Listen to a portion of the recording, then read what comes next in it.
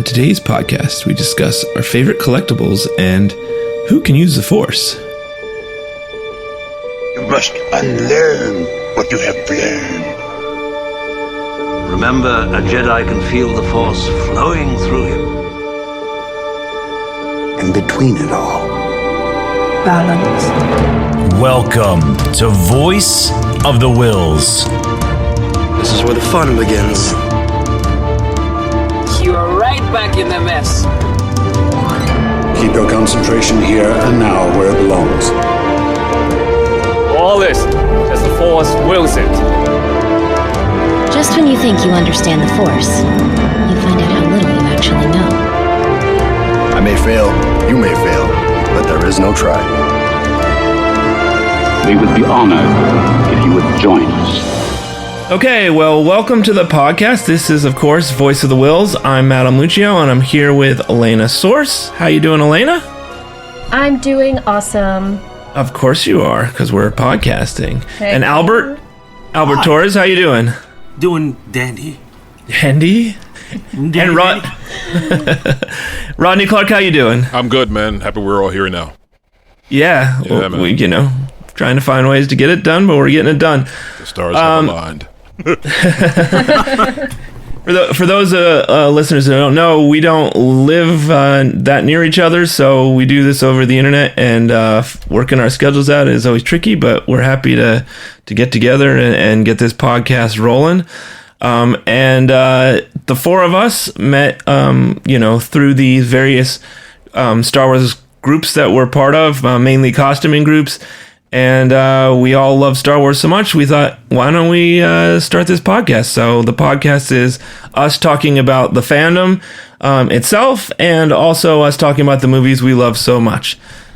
So we're going to get started with that. And this week's topic on, I guess it'd be month's topic, but right? Because we can't get together every week. That would be crazy. We'll figure that out later. Yeah, probably. Anyway, that's another thing. Are we allowed to swear? Are we gonna bleep that out? I almost dropped the S-bomb, but we can always bleep it out if we have to. Okay, great, because I have a potty mouth. Okay, we'll find a way. And my 8-year-old will probably one day want to hear this, so we'll figure all that out.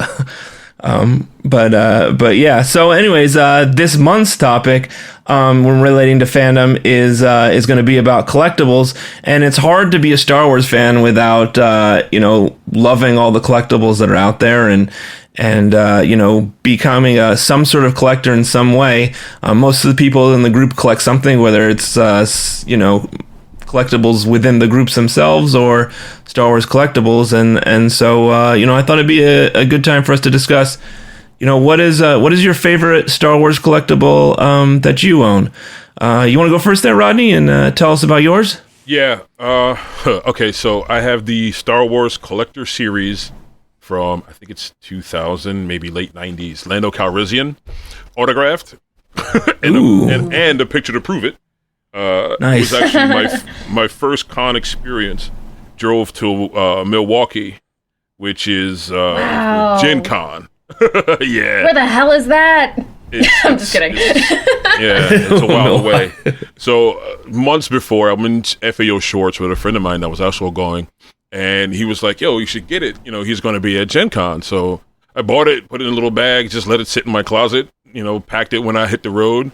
And I was third in line, I think, Nice. And yeah, dude. That hustle. Good hustle. Right? Yeah. So I think I still had the tag on the back, right? And it says $29.99. So for $30, I had a great experience at my first con with Billy D. Williams. That's a nice one. That's definitely a nice one. Now you pay $200 to meet one person. Was that the thing you were telling me about earlier? That you went off and paid money to have someone sign, or was it something else? You know what? It's the only time I've paid money to have somebody sign something, and I think it was just, I don't know, it was Billy D. Williams, And this was, mind you now, it wasn't like a whole bunch of lines like we think of seeing Billy D. Williams now. We're talking before The Phantom Menace came out. You know what I mean? Star Wars was still on that. We haven't really talked about it in a while kind of status. So that was the Dark Age. Yeah, Star Wars, the 90s. Just after the powers of the Force, the yeah. So I was we don't talk about that. The third. That toy line has like no value now, too. No, it's all the steroids. None at all. They're too jacked up, unlike their value. So yeah, man, that's my Star Wars collectible. I don't have a lot of space to like collect stuff, you know. And so like this one is just small enough that I could just kind of keep in a corner and have a cool story with. Nice. That's that. Awesome. Yeah. That's a big one, I would say, you know, aside from maybe, Carrie Fisher one, I would say that's pretty cool. Yeah. I planned ahead and I bought the Funko Pop for the Solo Calrissian, debating a Donald Glover, just to have the 1-2 punch, you know? Yeah. Nice. Just small enough, I could just tuck right next to him. The legacy of Lando, so to speak. Yeah, man. Yeah, he's so busy right now. I don't know if that's an easy one to get right now, but yeah, we'll see. At some point. I have a list. So what do you... Nice. So what do you got, Albert? So, honestly, I used to have a very popular Lego back in the day, but sadly I don't. So there has been a time in my life where basically I kind of like stopped with Star Wars. So in that period, most of my collectibles have been thrown away, and only recently I started to collect again. Now, the only thing that I have in my collection that I will say is very valuable to me will have to be a Comic-Con exclusive figure of a 212th Clone Trooper. I got it pretty cheap at a con, and kind of excited. It stands really tall, like about 12 inches. And I feel like that right there in of itself is something worth treasuring. Because you don't find these that often anymore, especially when it's a con exclusive.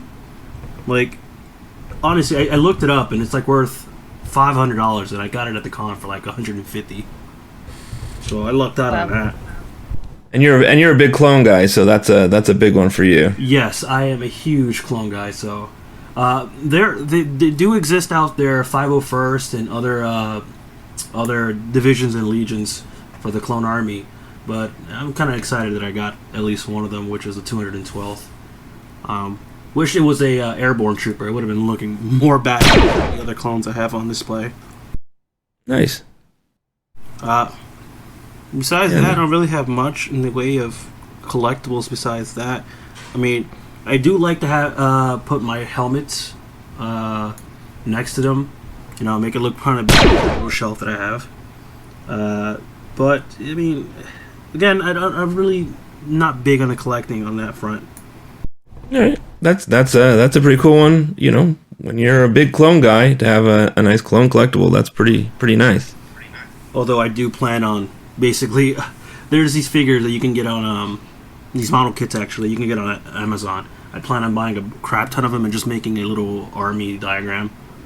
Nice. How about you, Elena? What do you got? So I thought about this because I have so much crap already that I've collected over the course of the few short years that I've actually been a Star Wars fan. Like, I went hard and dropped all the money. Nice. I think to date, I don't know if this even counts. I have Gwendolyn Christie's autograph that I got this past fall at Rhode Island Comic Con.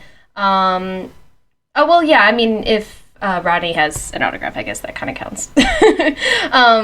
But the reason why it's so special to me, because, like, this isn't the first time I've gotten an autograph before, but hers is particularly special because I went up to her and I put this barrier up when I meet celebrities, like, not to take anything personally, because sometimes they're tired.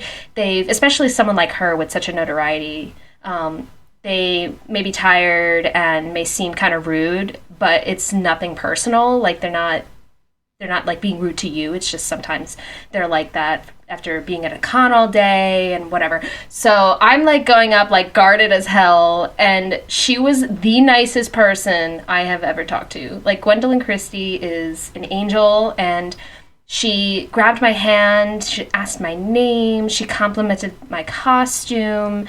And I was so flustered by that when she was like, oh, like, what do you want me to write? I was like, oh, like, any quote you want. I'm, like, totally cool with anything. And she wrote, beautifully across her picture, "You were always scum." And like people see this autograph and they're like, "What the fuck?" Like they don't know what it is sometimes because they're not Star Wars fans, and I'm just like, you're not part of the club. You don't understand.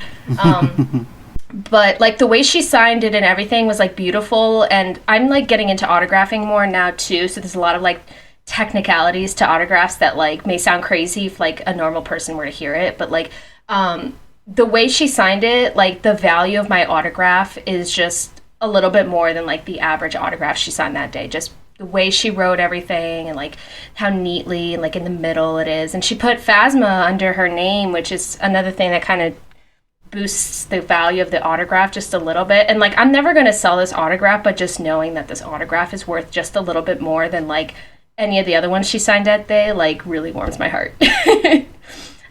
So I think that is my favorite collectible to date.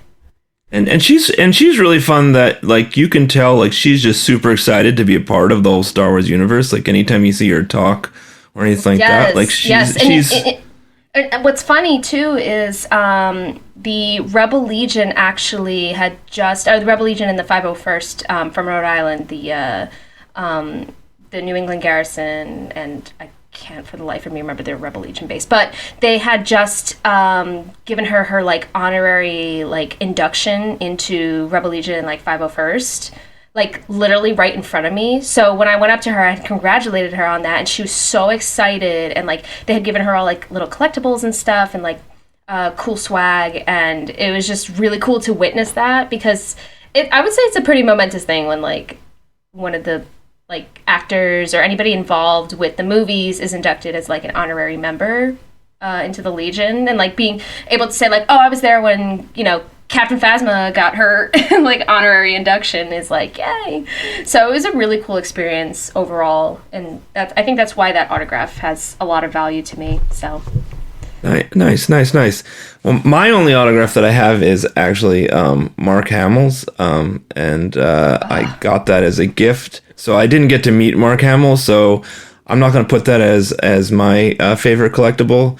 My favorite collectible is actually a group of collectibles. So when I was a kid, the coolest toys to have were, aside from Legos, because Legos have just always been cool.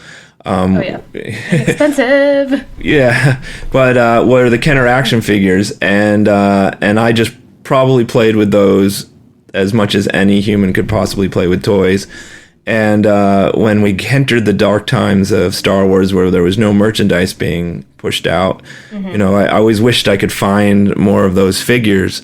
And then when I got married to my wife, she had a ton of figures, and we kind of put them all together. That's true love right there. It's true. I'll tell you a story about my wife another time. Collection. Yeah, but we had a good chunk of the figures, and I just decided, you know what? How much fun would it be to just collect all of the original Kenner figures? Wow. And so with the invention of eBay, it was possible. And I wasn't one who wanted to have like the perfect condition and all of the accessories. To, like, have it. I just wanted to have one of each of the ones. And so I started collecting, and most of them I was getting fairly cheap. Somebody was selling a lot of 20 of them. Yeah, I mean, I don't know that the value has changed because I haven't looked in a while, but you could get a lot of maybe 20 of them for $60. Like, you're not like one of those like crazy people that's like super concerned about like what edition it, or like if it was like the first run or whatever. Yeah. Like, I mean, there's condition. Yeah, there are lots of little things you can look at. So there's all sorts of things that make them like a little bit more rare, like what country they're made in, or what their actual color of their hair is, and all that sort of stuff. Yes. And there are some ones that are the first run of Vader and Obi-Wan and Luke, which has a double telescoping lightsaber, is worth thousands each, and I didn't feel a need to be paying thousands of dollars for each one. A double what? But a double telescoping one. So the original one, like the lightsaber comes out one time in or the ones that most people have, but there was one where they had like the little tip that kind of hangs off the end. If you've seen it, it actually pulls out. They can figure a 2-stage antenna. Like you pull it out and then you pull it out again. Yeah. and apparently that was breaking off and causing issues, so they didn't release very many of them. And so those ones are crazy. The Kenner toys are like such a interesting, I don't want to say phenomena, but like in terms of Star Wars collectibles, that is like the pinnacle of collectibles for Star Wars merchandise. And I'd mentioned, definitely, I think I mentioned it before, the show, The Toys That Made Us. Like, I learned so much from that one episode where they cover Star Wars toys, and I went on and, like, what's it called? Like a spiral of, like, research into the different toys, and I'm, like, so fascinated by it. So the fact that that's your, like, your collection is like what your favorite collectible is. I'm like, oh my God, that's so awesome. And now that you have this joint collection too with your wife, I'm like, that's goals. Yeah, no, it was cool. Really and awesome. And I started doing it like maybe a little before or right around when my wife got pregnant. And so the idea, in my head was, when I have kids, I'll want them to see all these figures and have them. I won't say that all of the figures were found cheap. There are several that were not. There's the famous blue snaggletooth, which is a figure that was made before when Kenner got like the original pictures. They were all black and white, and I think it was only a waist up picture, so they made him blue with like silver boots and crazy. And then when the movie came out, they pulled that one and released a red shorter one, which you can get, which is common. So the blue one is rare, so that one's can be tough to find. Really awesome. What's the most expensive? What's the most expensive toy you own? The yak face is the major one. So the other thing that Kenner did, they had their last one, which is the Power of the Force 1, not the ones that Roddy had, but the original Power of the Force ones they released them with coins, but there were the 17 last figures that were released, and those ones are a little rare, so some of those cost a little bit to get. But the yak face was like one of the last ones produced, and it was I don't think it was available in the United States. So I think it was like Europe and Canada or something like that. And so there are fewer of those, and they're harder to find. They're not common. So that one is the most I've ever spent on it. I guess if you count a Lego set. Drop some numbers. I need to know. How much that one was? It was maybe $300. Holy crap! Yeah. For a Lego set? No. For the action figure. For the action figure. I'm sorry. Good. Yeah. Wow. Yeah. So that one was. But at that point, I'd gotten so far that I had one left to get, and I talked to my wife, and I'm like it was right, and it was right before. It was right before like Disney had announced they were making new movies. We knew prices were going to start going up, and it was like, and it just like the prices just started creeping up, and it was like it's now or never, because if it's $500, I'm not spending. I don't know why $500 is crazier than $300, but that just sounded way crazier to me than that. So hey, that's another $200, man. It is, a lot of $200. You could buy 5 sandwiches at Disney World. So wait, is this figure still in the packaging or what? No. In the packaging, it's thousands. God damn. Oh my God. Yeah. They're That's the thing. That's why I'm so fascinated by Kenner toys, because of the of stuff like that, where they were making toys that didn't even exist in the Star Wars universe. They were just making crap up and selling it, and that stuff is worth like an insane amount of money. Yeah, some of the stuff depending upon what it is, and some of the stuff I had when I was a kid, and then some of the stuff I only had heard about, because there wasn't the internet to know all the figures that were created. Let me just Google it. Didn't they have catalogs though? Like they had catalogs, right? Well, actually, Steve Sansweet, who owns Rancho Obi-Wan, I believe he was the one who wrote this book that my buddy had, and it was like gold with R2-D2 on the cover. And I just remember being in like middle school, and we found this book and just going through it and seeing all his figures. And the one that I remember is there's a Luke in a stormtrooper disguise, and we just thought that was by far the coolest toy in the world. We were just like, I can't believe this exists. Yeah, it does, because I have one, and it's pretty cool. That's really great. Yeah. And there actually this is a funny side story, but there's an R2D2 which isn't in the original line, and when I was looking through all the figures, I swore that there was an R2D2 that had a third leg to it that could go around. I think I know what you're talking about, but I have no facts to back that up. Like, it's one of anyways, those things that I feel like I heard about and I just don't remember. Well, so I'll tell you. So I when I was researching, trying to find these figures, I couldn't find that one, and so I just thought that when I was a kid, I must have dreamt that this figure existed. Like I just must have, it's just one of those things where it was in a dream and I thought it was real, but it must not have been. Anyways, in doing more research, I found that there was this like droid factory of kinds, and in the droid factory, you can actually take a bunch of pieces and build R2, and it has the third leg. So it does exist, and I did get that one as well, even though it's not technically a part of the Kenner line. It was one of the Kenner play sets. There it is. I kind of see it. You're looking at about roughly $420 for it. You're looking at the yak face? No, I'm looking up right now. It's R2 with a third leg. Oh, what? So it is a thing. I don't know. Like I said, there are a lot of crazy rarities and all sorts of stuff in there. There are even more rarities, depending on, like I said, what hair color they're wearing. The prototype of the Boba Fett with the rocket that fires. Yes, that thing's worth. Actually, I'm gonna look it up right now because I pulled it up. I was curious because that's the one I'm thinking of. That's the one I was gonna bring up. Was that Boba Fett? It's Boba Fett with the rocket launcher from 1980, $27,000. But I'm assuming that's in the package. But you know what's funny too? On this list, there's this really terrifying Chewbacca toy. And Albert, I don't know if you remember, we went to... I remember that one that toy fair that we went to, and I was making stupid Snapchat videos of it, and it's worth $4,000. If it wasn't broken or anything like that? Probably. Now, which toy is this?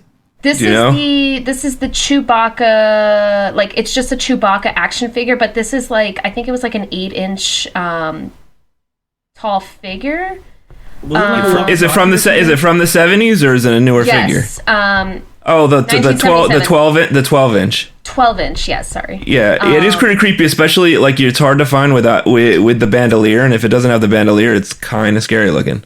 I don't remember if it had the bandolier. It might have been just like the Chewbacca with like a broken arm and like a really, really scary face. I mean, even the one that they have in this photo here is really terrifying.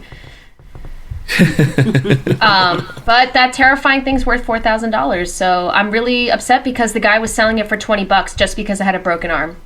Yes. Oh. And I feel like it would still be worth something even with that broken arm. You know, honestly, you said you can fix it up really good though, if you wanted. Yeah, but all right, well, too late for that.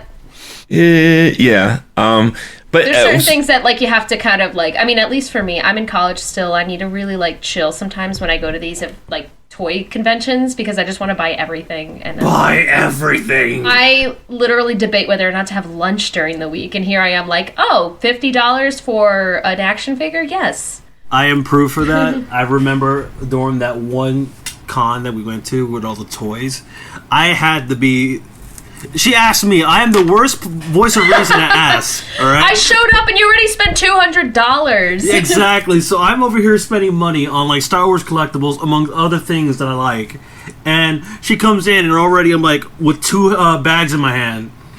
And and then later on she goes, Albert, should I buy this? I'm like, Elena, you know me already. I'm gonna tell you yes. Okay.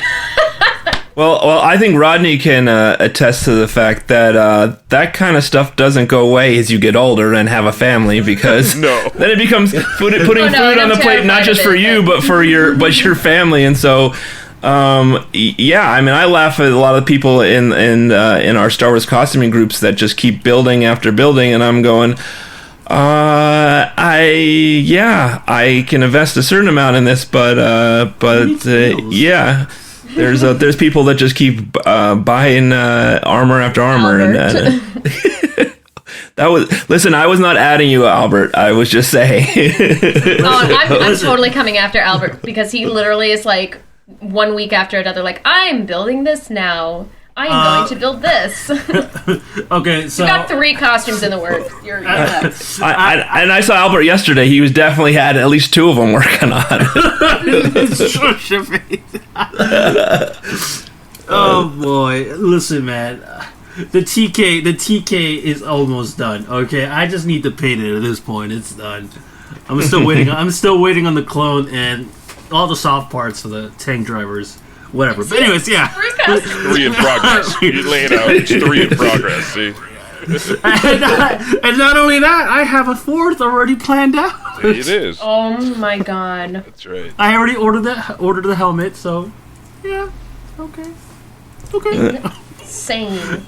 And that there you go, proves my point just right there, because I've got a 1 per year limit. So yep. I told myself that, and I decided, hey, I'm gonna go all out. See, when you get older, you gotta save those moments for your birthday and for Christmas. So it's 1 a year. Okay, I need the big one now. It's birthday time. I need this big gun. This is for my daughter's birthday. It's for me, but it's a birthday. I gotta get it. Yeah, exactly. You gotta plan them out.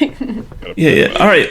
That was an awesome fandom conversation. I want to actually get to the movies before we run out of time here. Yes. And I don't know if this will take one episode or we have to revisit this at some point. But we can start the discussion. And this discussion comes to me from actually The Empire Strikes Back, which might be an odd place to start with it. But I remember having a conversation with some buddies back in the day talking about whether Princess Leia could use the Force. And of course, that's a moot issue at this point, but when the first 3 movies came out, even though you knew that they discussed her using the Force, it was debatable whether you even saw her use it. And I remember discussing at the end of the movie when Luke is on the weather vane hanging below Cloud City, him calling to Princess Leia and her hearing him and debating whether that was her using the Force or just Luke using the Force. And I guess it sort of, got me to thinking about who can really use the Force. I mean, there's lots of different, discussions that could be had, and it could go a lot of different directions. But Albert, why don't we start with you on this one? By your understanding, who really can use the Force? Who can really use the Force? In all honesty, I feel like every single main character in all the Star Wars universe in some way have some connection to the Force. Just because, for example, what is a good example? I had it at the tip of my tongue and I kind of forgot. Finn from the new series. Honestly, I feel like he is somewhat Force sensitive. Not necessarily meaning that he can use the Force, but more or less is Force sensitive in a sense. Considering the fact that he kind of held his own against Kylo Ren, even though he's not a Jedi or anything like that, and never in a day in his life held a lightsaber, and he's holding his own against a dark side user. You know what I mean?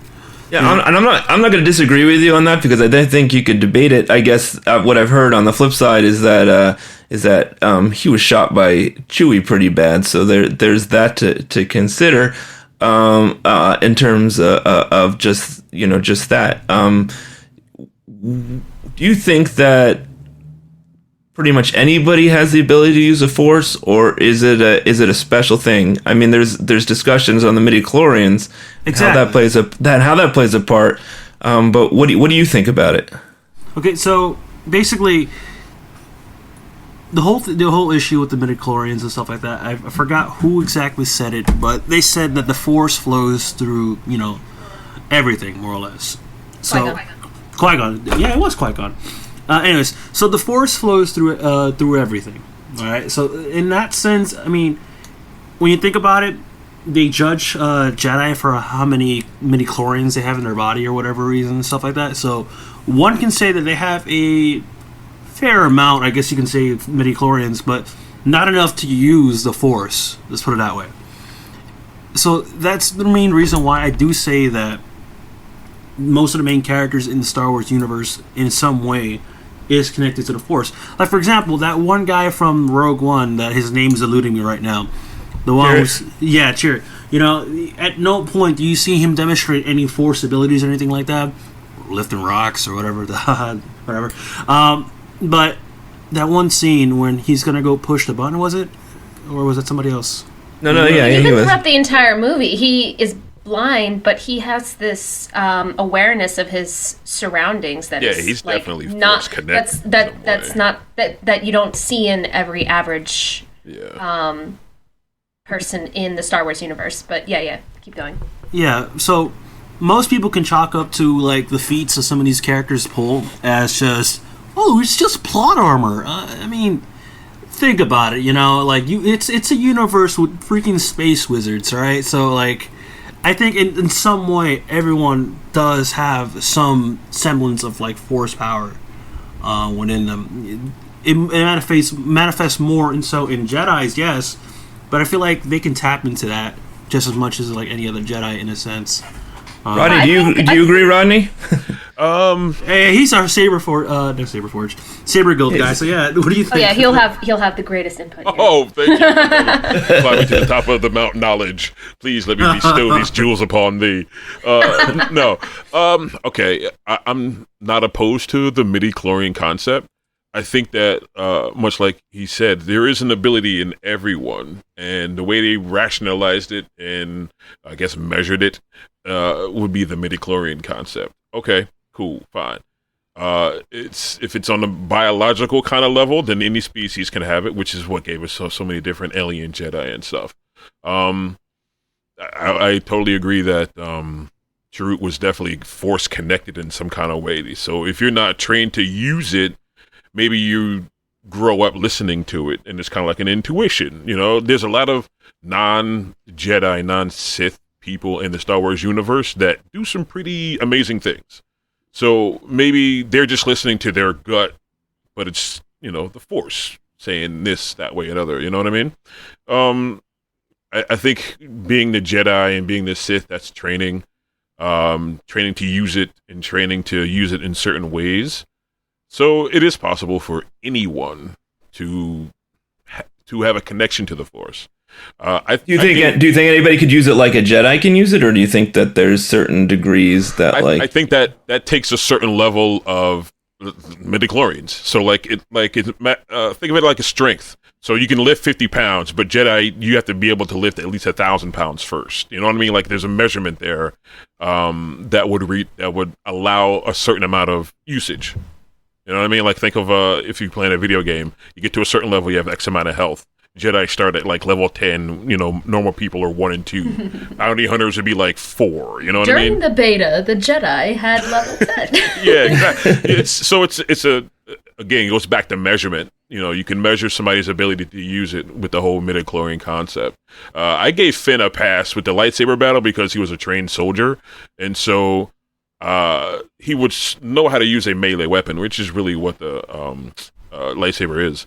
You can even see him how he actually uses it when he first uses it on Takodana and takes out the 2 soldiers and stuff. And like he's fighting the dude, and they're both trained the same way. That's why they can keep up. You know what I mean? And he was just swinging the mop bucket around. Yeah, exactly. Like Prince that came in Coming to America, taking out Samuel L. Jackson. Shots at Finn. There's an old reference. And then 2, Kylo. I mean, who's Kylo training to fight with a lightsaber? Like, he's got no lightsaber opponent after Luke, so he would just have almost equal melee combat training. So I didn't expect either one of them to be like Obi-Wan in Episode 3. You know what I mean? So it's basic. Do you see the way he swings that thing? It's for show. Yeah. Like he pulls it out to intimidate and to smash computer stuff. Like this could have been his first fight since he left the That Order. emo boy is just showing off. You know what I mean? Like he wasn't, in the back of his mind, he's like, all right, now I got to fight. So I'm just going to swing this big thing around because, I haven't had to fight nobody since I left my master. Yeah. I do want to bring up something that because you are in the topic of that, is that I get that if you're not really trained in the Force or for whatever reason and stuff like that, it manifests in certain people different ways. But let's take Force Awakens and The Last Jedi as two examples, I guess, and the Phantom Menace, I guess, is three examples. All right. So Anakin Skywalker at that point in Episode 1 had the highest midi-chlorian count that was ever recorded, which led them to believe that he was the chosen one. Yet he didn't display any sort of like force powers or anything like that besides being adept to like pod racing or whatever reason. Well, that's what I said about like not being able to force push and lift things like Broom Boy, but you have a foresight. You know what I'm saying? Like, if nobody, everybody calls you, everybody says it's your gut feeling, and even Qui-Gon says it, you got to have force abilities, or, to be trained as a Jedi, or have the foresight or force usage to know that Sebulba's about to come around this way. Let me turn this way. You know what I mean? So if it's not a trained skill to wield a lightsaber, read minds, lift things, push things, pull things, shock things, maybe it manifests its way in just a voice in your head, and I know this is coming, like a sixth sense. Yeah, but the thing is with the Last Jedi, the kid had no. I'm assuming he has no Jedi training or anything like that, but he can still be able to use the Force to push the broom towards him. Yeah. And then in the event with Rey, is that throughout most of the entirety of The Force Awakens and stuff like that, she doesn't really technically display that much Jedi, not Jedi, but Force abilities in a sense. And when the bombshell is that she is Force sensitive, she tries out one technique, which is the Jedi mind trick, and somehow it works. Like, I'm not sure I 100% agree with that. I mean, you see her fight on Jakku with the staff, and she's an intuitive pilot. I think it's a matter of that she becomes aware of she Jedi talks about teachings a little bit more, and that when she learns about the Jedi mind trick, she kind of is like, oh, let me just give this a whirl and see if it works, because she might have been aware of the fact that she has this intuition that maybe the average person doesn't have. Yeah, and she even says, there's something that's been inside of me, and it's sort of been awakened, and she doesn't really know what it is. But Force was awakened. Dun, dun, dun. Sorry, but yeah. Elena, what are your thoughts just on the general thing? So I was one of the people that kind of was on the bandwagon of on the prequels originally, but now I'm such a prequel defender that even the thing with the midichlorians, I'm a big defender of, which a lot of people still are like, I don't know if I like that concept. But honestly, if you look at it from a standpoint of our own humanity, where we use science to explain things that happen in our daily lives, it's totally understandable why midichlorians were written into the Star Wars universe. It's their way of understanding the Force in a more scientific way, and I really admire that, and I think it kind of helps with our understanding of how the Force works in the Star Wars universe, and that it's not just this weird wizard power, but that every living being in the Star Wars universe does have some connection to the Force, that they do have some sort of Force sensitivity. It could be very minimal, or it could be something like Anakin Skywalker, and they talk about midichlorian count as a way to gauge their connection to the Force and how Force sensitive they are. And I think that kind of can be compared to a person's ability to do a specific task. For somebody has a more proficiency to fly a plane. For some people that maybe, with some training becomes natural, but for others, they could never master that. And I think it's kind of the same way that Force-sensitive children were picked up by the Jedi Order and then trained in the Jedi arts to kind of master their Force abilities. It's kind of like a sports talent in that way, in that you can measure it scientifically and try to come up with it. They're just getting drafted into a football team, the Jedi football team. I'm sorry. One thing that I actually do want to bring up though is the fact that in the Vader comics, Palpatine wanted to get this Jedi holocron. Is it? Yeah, holocron. Yep. And in that holocron had the whereabouts of every single force sensitive child in the galaxy. All right. So Vader, either a sign of goodwill, or just simply because he knew that eventually Palpatine would try to replace him, destroys the holocron and just says, "Oh, I couldn't find nothing," and blah blah blah. So. I mean, he was just really lazy and didn't want to take care of it, Well, I guess.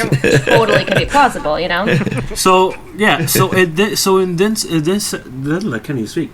In this sense, in the Star Wars lore, I guess you can say, is that during the events of The Force Awakens, there's probably a crap ton of Force-sensitive people out there that, they're just out there in general. I don't know if they're ever going to touch upon that or anything like that. And whether or not they will also touch upon Ezra and... Well, I think that's why the Clone Wars and Rebels are a really good thing to watch to kind of have a better understanding of just how widespread this... how do I word it? They find Force-sensitive children really based on intel. It's not really like, oh, I had a feeling that there's this child on, I don't know, Tatooine that... is Force sensitive. It's just a matter of intel, like whether or not they show signs of floating, making things float, or they're very, I think that's how they found Force sensitive children, and that even during the height of the Jedi Order in like their high time or whatever, I think there are still plenty of children that they did not find just because they didn't get that intel, that the intel didn't come back to them. So kind of backtracking to the question, who can use the Force, I think it is almost a matter of science in that sense that if you do not have the appropriate amount of like midichlorians, you're just not going to be as Force sensitive as a Jedi or somebody who was trained as a Jedi, like who does have that midichlorian count and who can possess those abilities. And then when we look at Finn, who wielded a lightsaber, it's merely a weapon. Being able to be aware of your surroundings and hone into that is what kind of boosts like your ability to use the lightsaber to wield it properly and to be able to be a good fighter. I think anybody can swing a lightsaber. It's just a matter of like how you do it. I don't know if that makes any sense. So in The Last Jedi, the one thing I still cannot get on board with is the fact that Leia showed Force abilities that we had never seen her show before.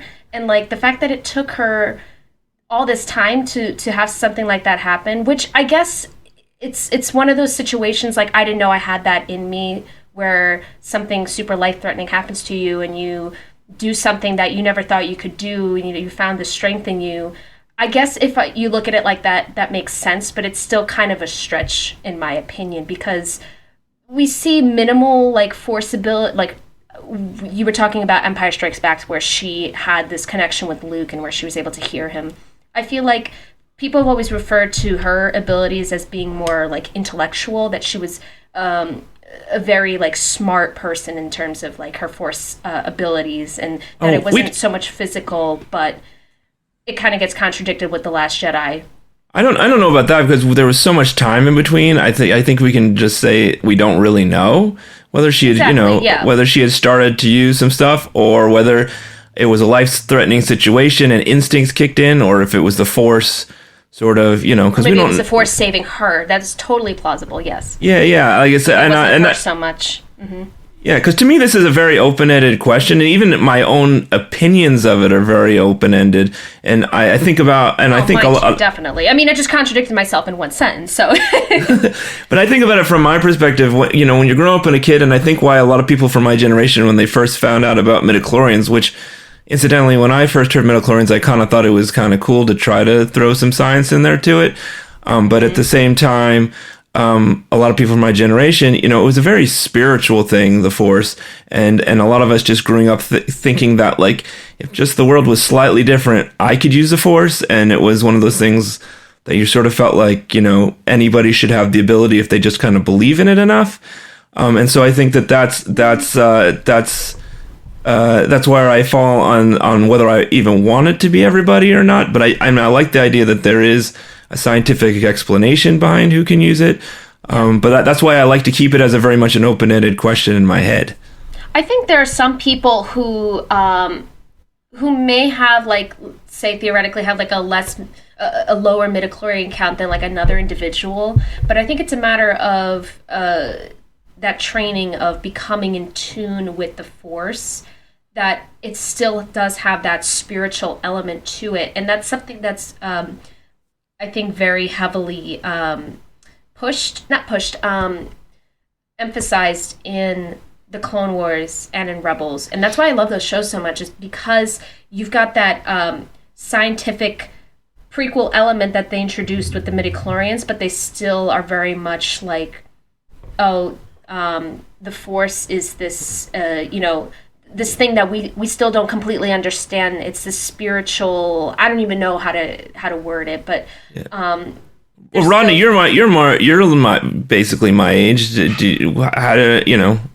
Did you have a similar experience with it? No, before the prequels came out. No, I wasn't like, I guess anti-midichlorian. It made sense when I first heard about it. Really,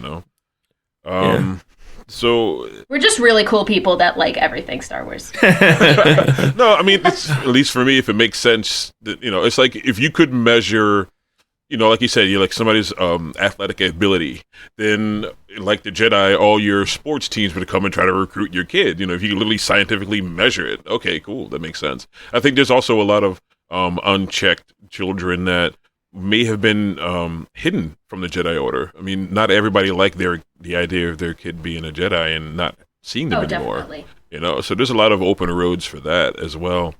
Yeah, no, I was cool with it. It didn't bother me at all.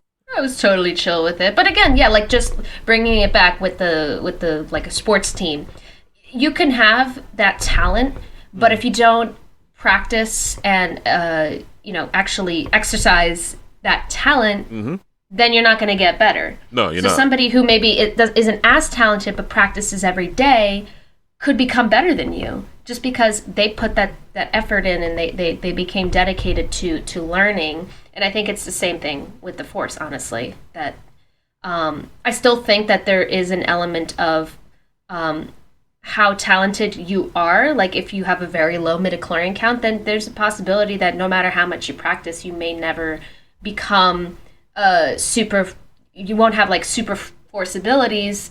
But I think that it is a very like blurred line in terms of who can use the Force. The only thing I don't like about the midichlorians is the description of them. Like, if you could have said there was just a type of cell or anything like that is in the human body, it would have been fine. But I just don't like the fact that they're like, oh, it's a bacteria that's in your body. That's the only thing. I always took it more like it was akin to mitochondria, and that was just that it was sort of analogous to that, and it was sort of what kind of, you could kind of make the argument that mitochondria are kind of like a little organism inside your cells. So yeah. I just felt that that's what they were trying to do. That's all I felt. I think that's what the intent was, that it is something that is part of our bodies. But I think what Albert is referring to, it does, when Qui-Gon does explain it to Anakin, he does make it sound like an outside organism that's living with. No, I agree. I agree that he sounds a different. I'm just. I agree with that's the way it sounds, and I think I would agree with you, Albert, that like it is slightly strange the way that it's described, but I just thought it was like having an extra chromosome kind of thing, like. Well, I'm sorry. I know that it's totally not what you meant, but no, it was just like you were born with this extra chemical. And you have this amount of that extra chemical. You know what I mean? It happens. Some people get a sixth toe. Some people have a mole. Some people are. It's. Can you imagine? Everybody in the Star Wars universe has 6 toes. Oh God! No way. No. It's a midichlorian. Survive. Sure. Yeah, we'll go with it. Well, go ahead, Albert. Now the thing is, this with the description of how the midichlorians are and everything like that, and how he made it seem like, oh, it's the bacteria and everything like that. Just think for a second. If midichlorians are this little microorganism that is in your body, theoretically, can you extract that microorganism and inject it to someone and have them be force sensitive? No, because cloning didn't work either. That's how they explained it when anybody ever asked. Like, Dooku allegedly tried doing it with the body of Cypher Diaz, I think. And it didn't work, which is why he resulted to Grievous. So you can't clone it. You can't transfer it either. Maybe on a molecular level, it won't work with your DNA. You know what I mean? Because it's not. I think I like that you brought up Grievous, because I think he's a really great example of somebody who doesn't have the talent, but is wielding lightsabers anyway. Yep, that's a fighting tactic. It's definitely not force use. Because but yeah, he is using weapons, and that's essentially all it is. He's not a Jedi. He's not a Sith. He's just a crazy robot man with laser swords. Amazing. All right, guys. Well, I think we've come to the end of our time. That was a fun discussion. You did a great job. It's amazing, guys. I just feel like my sharing of my collectible wasn't as interesting as everyone else's, Mr.'s and Mrs. autographs. Oh, stop! No, we need some variety. No, it was cool. Everybody had really it's all good. Yeah. To each person has their own thing. Exactly. Maybe I have a favorite sock. I do, but that's a whole. Maybe that'll be a whole nother topic. How many Star Wars socks do you own? They're autographed. I just bought some BB-8 ones actually. That's funny. No, this is actually a topic we can get into, guys. I'm not kidding. That's the next one. What is your favorite Star? No.